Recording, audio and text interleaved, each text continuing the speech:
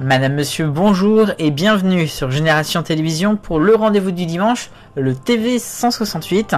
Qu'est-ce qui a fait l'actualité de notre petit écran qui est devenu grand depuis les 168 dernières heures? Voici le résumé. Top générique.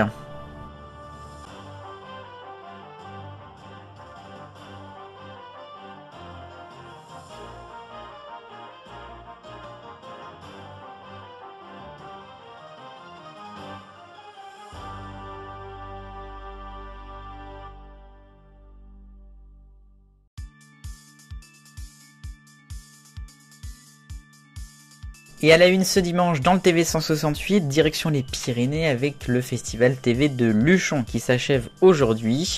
Un festival qui pour la première fois organisait une catégorie programme de flux. Il y a aussi les séries, les documentaires et là donc pour la première fois réellement les émissions.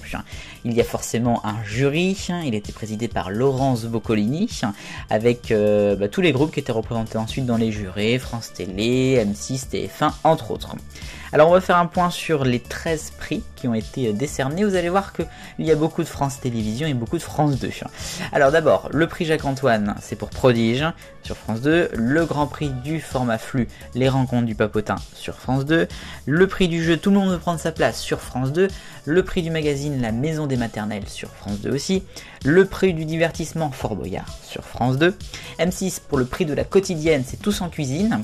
Le prix de l'émission hebdomadaire sur TF1, Vendredi tout est permis.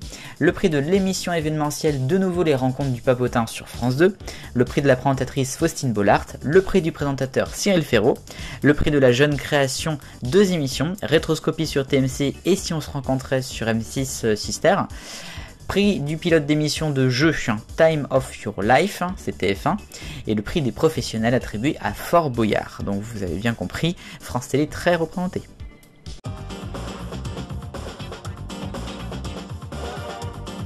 La question 168, Denis Brogniart doit-il rester à l'antenne? Je vous ai demandé ça dimanche dernier.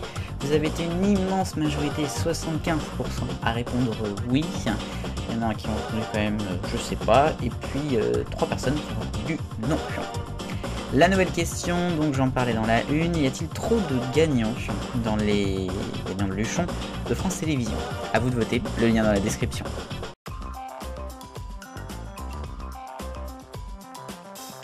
Le rayon actué, Secret Story va revenir, c'est presque officiel puisque c'est le compte Twitter Secret Story France qui l'a annoncé et ça a été retweeté par Endemol, donc ça a quand même l'air d'officiel. Secret Story va revenir mais on ne sait pas où, c'est un petit peu la question.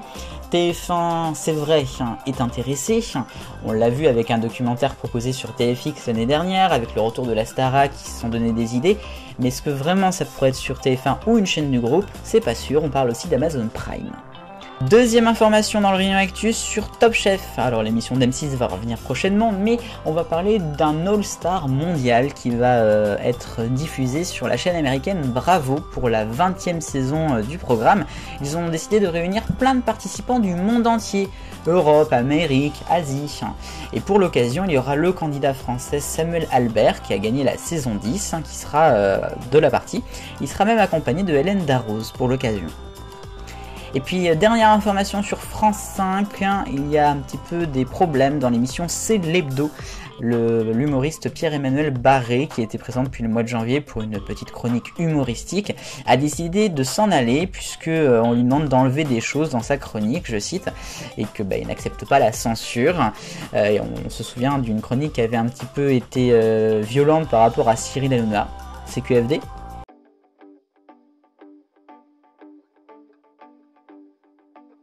Le focus maintenant Eurovision, puisque cette semaine a eu lieu le tirage au sort des pays pour les demi-finales. Je rappelle, il n'y a pas les pays du Big Five, mais tout le reste doivent passer par les demi, les mardis, les jeudis. Alors vous avez l'image, là normalement je vous l'ai mise, du programme de la première demi-finale et du programme de la deuxième demi-finale également. Bon, vous faites votre avis, après on verra qui sera qualifié pour la finale du samedi. Finale du samedi qui aura lieu donc à Liverpool, ce sera le 13 mai prochain, dans un décor, dans une scène plutôt sympathique, plutôt somptueuse, je dirais même. Vous avez l'image aussi qui a été dévoilée cette semaine. C'est assez grand, mais c'est assez intéressant.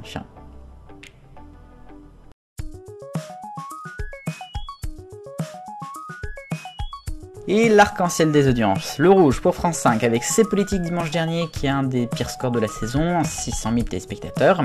L'orange est pour M6 avec le téléfilm inédit La vie, l'amour tout de suite qui était suivi d'un débat. Ça fait seulement 1 500 000, je dirais quand même que c'est moyen. Moyen mais petit brin d'espoir pour France 3 en jaune avec Samedi d'en rire la quotidienne, vendredi record à presque 1 million pour la première semaine. Arte est en vert avec The Pledge, un film dimanche soir qui a presque 1 800 000, c'est pas mal du tout. Bleu clair et bleu foncé pour France 2, alors en clair d'abord, chacun son tour sur la chaîne avec un record, presque 25% de part de marché jeudi. Et puis en prime time vendredi soir, il y avait À l'instinct, téléfilm inédit qui a fait 25% de part de marché et 5 millions de téléspectateurs en bleu foncé. Et en violet, on termine avec TF1, la finale des championnats du monde de handball France-Danemark qui ont fait 5 millions de téléspectateurs. Pour le mois de janvier, les audiences des chaînes, et c'est TF1 qui ouvre en baisse le bal avec 17,9%, France 2 en hausse comme France 3, M6, France 5 et C8, c'est la plus grosse hausse à noter. Sinon sur la deuxième page, une toute petite baisse de RMC Découverte et une hausse de TFX. Sur la dernière page, elles sont toutes en baisse quasiment les chaînes, c'est Canal, c'est Énergie 12, c'est Star ou Gulli. Sinon chez les 25 et France Info, elles sont stables.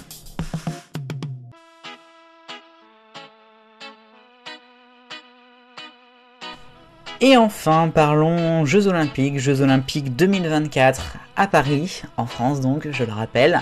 On a eu notamment des infos concernant la flamme olympique qui partira de Grèce et qui arrivera à Marseille, en France, via le Belém, le superbe 3-mâts nantais, donc ça c'est plutôt sympa.